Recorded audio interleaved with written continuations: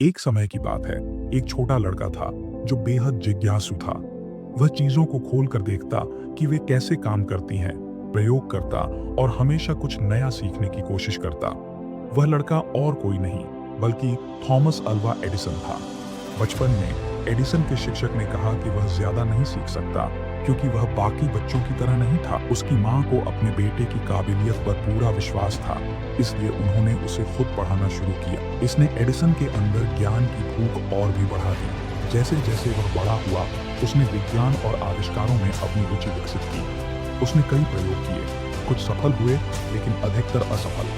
लेकिन एडिसन ने कभी हार नहीं मानी। वह मानता था कि असफलता कोई रुकावट नहीं बल्कि सीखने का एक जरिया है। उनका सबसे बड़ा सपना था एक ऐसा दीपक बनाना जो बिजली से जल सके और लंबे समय तक रोशनी दे। इससे पहले लोग तेल के दियों या गैस लैंप का इस्तेमाल करते थे जो महंगे और असुरक्षित थे। एडिसन ने सोचा कि अगर वह एक बिजली का बल्ब बना सके तो दुनिया बदल जाएगी। उन्होंने अपनी प्रयोगशाला में काम करना शुरू किया। उन्होंने एक नहीं, दो नहीं, बल्कि हजारों प्रयोग किए। हर बार कोई न कोई समस्या आ जाती। कभी फिलामेंट जल जाता, कभी रोशनी टिकती नहीं, कभी बिजली ज्यादा खर्च होती। कई लोग उनका मजाक उड़ाते थे और कहते थे यह असंभव है, लेकिन एडिसन को अपने विचार पर भरोसा था। एक दिन किसी ने उनसे पूछा, आप इतने बार असफल हुए फिर भी आपने हार क्यों नहीं मानी? एडिसन मुस्कुराए और बोले, मैं असफल नहीं हुआ, मैंने बस 10,000 तरीके सीखे जो काम नहीं करते। 1879 में उनकी मेहनत रंग लाई।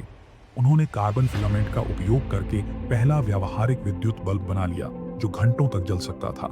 यह एक ऐतिहासिक क्षण था। दुनिया रोशनी से जगमगा उठी और थॉमस एडिसन का नाम इतिहास में अमर हो गया।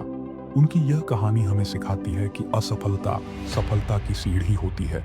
अगर एडिसन ने 10,000 बार असफल होने के बाद हार मान ली होती तो शायद आज दुनिया अंधेरे में होती। लेकिन उन्होंने धैर्य और लगन से यह साबित किया कि सफलता उन्हीं को मिलती है जो असफलताओं से डरते नहीं बल्कि उनसे सीखते हैं।